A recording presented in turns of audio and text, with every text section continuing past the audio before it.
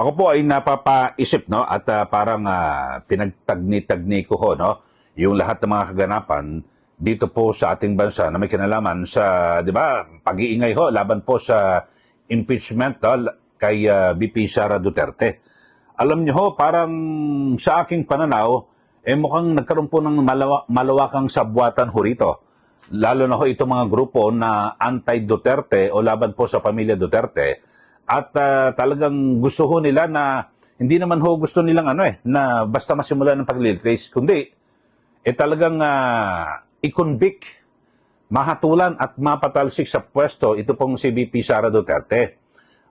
Kasi ang sinasabi ng iba na dapat ituloy ang paglilitis para malaman daw at mapakinggan yung mga depensa ni VP Sara Duterte at yung mga aligasyon ng mga prosecutor dito po sa mga sinasabing katiwalian.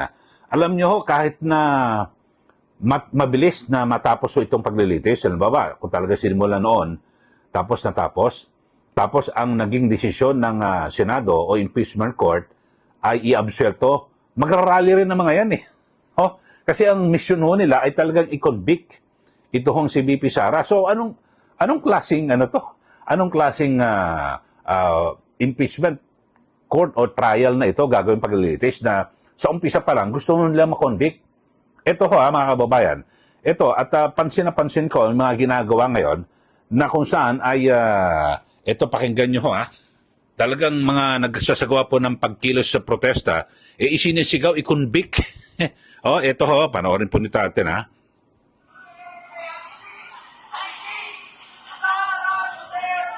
Ngayon ay lumalabot! Panagutin! Marcos Tignan! Marcos Tignan!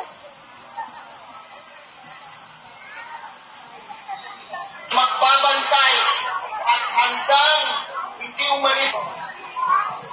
Do solemnly swear bilang mga senator judges at si Senate President Jesus Cordero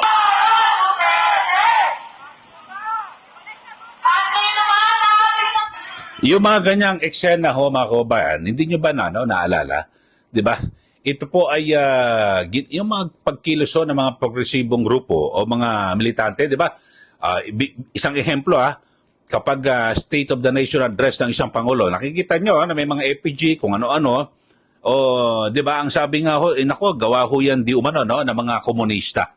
So nagsasama-sama po sila, mga kababayan. At ako, ang pananaw ko lang ho rito, parang mukhang planado ho ito. Kasi tapos, isa ho sa ginagawa rin ng pagdampot ng mga tumutuligsa dito po sa impeachment, biglang naglabas din ng survey. Itong Okta Research na ito, mga kababayan, na kung saan ang sinasabi, pinalilitaw na 78% ng mga Pilipino ang sinasabing pabor daw dito po sa impeachment kay VP Sara Duterte. Alam nyo ho, hindi ako naniniwala dito sa Okta Research 78%. Ang dami hong nanalo na kandidato na sila po ay ayaw sa impeachment. Paano ho yun? Yung tunay na survey ho ito yung resulta ng eleksyon, talagang sila po ay bumoto sa mga kandidato na nagsusulong na sabi po nila, pipigilan nila ang impeachment dito po kay VP Sara Duterte. So maliwanag na ako ho, pansarili ko pananaw, hindi po ako naniniwala dito sa survey ng Okta Research. Itong Okta Research ang nagsabi rin na yung trust rating ni Pangulong Marcos Jr. Napakataas bago po mag-eleksyon. Tapos, kung marami ho ang nagtitiwala sa Pangulo at yung kanya mga inendorso, marami talo So, yung totoo ba yun? Paano yun na talagang kung maraming nagtitiwala. So, itong Okta Research talagang grabe ho ito, mga kababayan. Tapos, di ba nagsasagawa na ho ngayon ng mga pagkilos protesta dyan po sa labas ng Senado at ang talagang ang iba hong mga sigaw, kita nyo ho, mga talagang kilos militante. Titignan nyo ho mga kababayan, ang sinasabi ho nila, nagsasalita na raw po ang taong bayan. Ang gusto raw po ng taong bayan ay i-convict ito pong si VP Sara Duterte. Pag nakita niya naman ho, iilan ho, taong bayan na ho ba yan? O, tignan niyo ho. O, mangilan-ngilan lang ho. Alam niyo kung sasabihin mo taong bayan, mas marami pa ho yung ginawang pagtitipon ho ng Iglesia ni Cristo na milyon po ang inabot ng mga tao. Yun o, masasabi natin na taong bayan. At least yung marami-rami, milyon. O, ito, madalas mapakinggan natin, pati yung mga mamabatas, yung mga prosecutor, at ganyan din po yung mga iba't ibang mga grupo, yung mga law school na sabi, hindi, gusto ng taong bayan nalitisin. Ito pong si VP Sara Duterte. Nung sinisimula na yung paglilitis, kasi nag-umpisa na po yung proseso di ba? At nag-convene na po yung impeachment court at 'di ba nanumpa na si Senate President Chis Escudero at again din po yung mga senator judges at yun nga ho, nagsimula na nagkaroon po ng debate at ang ginawa ay iniremand ay ibinalik po sa mababang kapulungan ng Kongreso yung kanilang impeachment complaint at pinatitiyak na wala pong nalabag sa konstitusyon mga kababayan kasi alam niyo ho na nagbago ho yung yung rules diyan po sa mababang kapulungan lalo na ho itong yung 10-day 3-day na patakaran kasi ang nakalagay po sa ating konstitusyon na kung saan dapat ho ay a verified complaint for impeachment may be filed by any member of the House of Representatives or any citizen upon a resolution of endorsement. So ang sinasabi ho rito ang kinakailangan ay shall be included in the order of business within 10 days.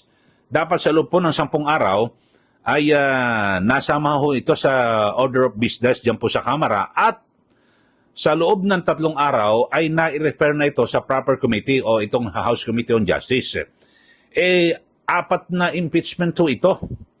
Mga kababayan, 4 na impeachment complaint, natulog ho ito sa opisina ng Secretary General ng mababang kapulungan ng Kongreso. At yung pang-4, yun ang pinirmahan ng mahigit 200 kongresista na pinangunahan pa nga ho yan ng anak ni Pangulong Marcos na si Sandro Marcos. So, ang sabi po, kasi gusto lang ho tiyakin ng mga senador, wala bang nalabag sa konstitusyon? Kasi dapat isang lang na kaso ng impeachment ang ipa-file sa loob ng 1 taon. So, yun ho. Ano ba naman dapat magpaliwanag ko rito, di ba, yung Kamara? So, yun po. So, sa pangalahatan, mga kababayan, yung binabanggit ko ho, na parang tila nagkaisa-isa at planado. Kasi bilhin mo, ang may dampo to sila, survey ng Octa Research. Sasabihin ako, hindi. Mayorya ng mga Pilipino ng taong bayan. Laging, ang sakit na ho sa tenga na sabi, taong bayan, taong bayan. Pag nakita nyo naman ho yung nagrarally, yun at yun din ho sila rin na kapag, di ba, pag may State of the Nation address, sila rin ho taong bayan ba yan? Kaya bang punuin nila yung buong Senado? Yung Jokno Boulevard o hanggang Ross Boulevard? Hindi naman po So, hindi po ito paramihan ng tao. At talagang, ngayon ho, palakasan ho ng boses Tapos kaliwat kanan, lahat po nagpapa-interview, yung iba't ibang mga profesor mula sa law school, yung iba naman nagsasabi na sila raw po ay constitutionalist, law o legal expert, mga kababayan, wala, taob ho kayo, isang retired justice. Nagsabi na ho, sa isa nating vlog, na wala ho, hindi po labag sa konstitusyon.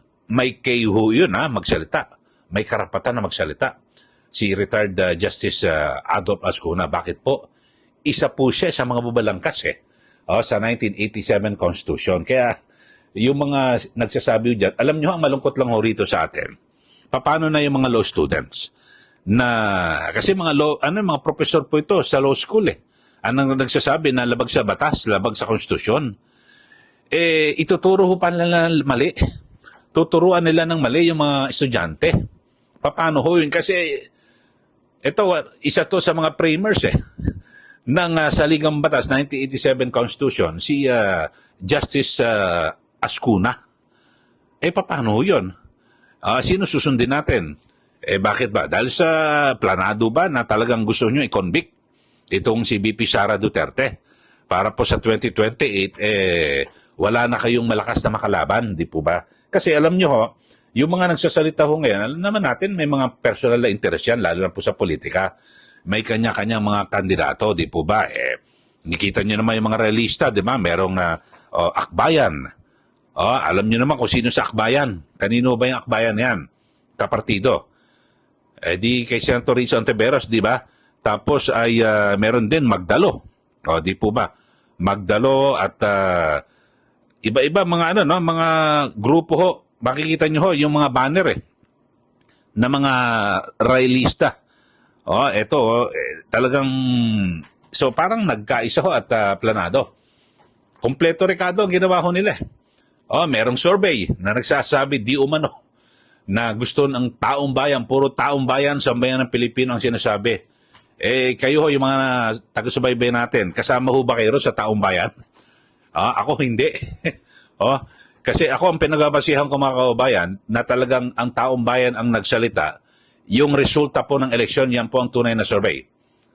Maliwanag ho yan. Na kung saan ay marami po ang bumoto sa mga kandidato na nagsusulong na itigil at hindi kilalanin yung impeachment na yan. At sa kabila niya, di ba, may report pa nga na nagkabukingan na may troll farm ang gumalaw para siraan si VP Sara Duterte at pabanguhin ang pangalan ni Pangulong Marcos Jr. Biro nyo may mga ganun pa, no? Pero hindi umepekto. Kasi kahit na anong ginawa, no, pagpapabango kay Pangulong Marcos Jr., wala pong epekto Marami pong kandidato sa kanya na kanyang inendorso talo. Samantalang ito pong si VP Sara, siniraan din sa pamamagitan ng troll farm na yan, na nakabase sa Makati, itong Com&Sense, PR company, at pagmamayari ng isang bilyonaryo dito po sa ating bansa, wala po. Hindi po umepekto. Alam nyo, siguro kung wala ang ganyan, baka lahat po ng kandidato ni VP Sara Duterte, talagang lahat panalo, pati yung Duterte 10 kung wala pong paninira na ganyan. So, yun ho. At pinakamainam mo siguro na gawin ho ng mga tumututol dito po kahit sa impeachment kay VP Sara Duterte, wala ho. Sundin niyo ho yung sistema, yung proseso ng batas. Pero masaklap po rito kahit na magtuloy-tuloy itong impeachment trial, kapag ang naging desisyon ay i-absuelto, magsisigawan at maghihiyayawan at magbubunga nga na naman ng mga yan. Kasi ang gusto talaga nila, ito ang pangunahing mission nila, i-convict, patalsikin ito pong si VP Sara Duterte na parang gano'n na hindi patas yung kanilang mga paniniwala. So, yun ho. Pero alam naman natin, yung mga tahimik ho ng mga mamayan, pangkaraniwang mamayan, nandyan lang ho yan, nag-aabang at siyempre nagmamasid. Yan po yung tunay na taong bayan. Sa mga bago lang po sa ating channel, mag-subscribe na po kayo. At para kayo po ay laging updated dito po sa ating mga pagtalakay sa issue. At syempre, huwag niyo pong kalimutan na i-share at like. Maraming salamat. Muli, ito po si Ka Eli. Magandang araw po sa ating lahat.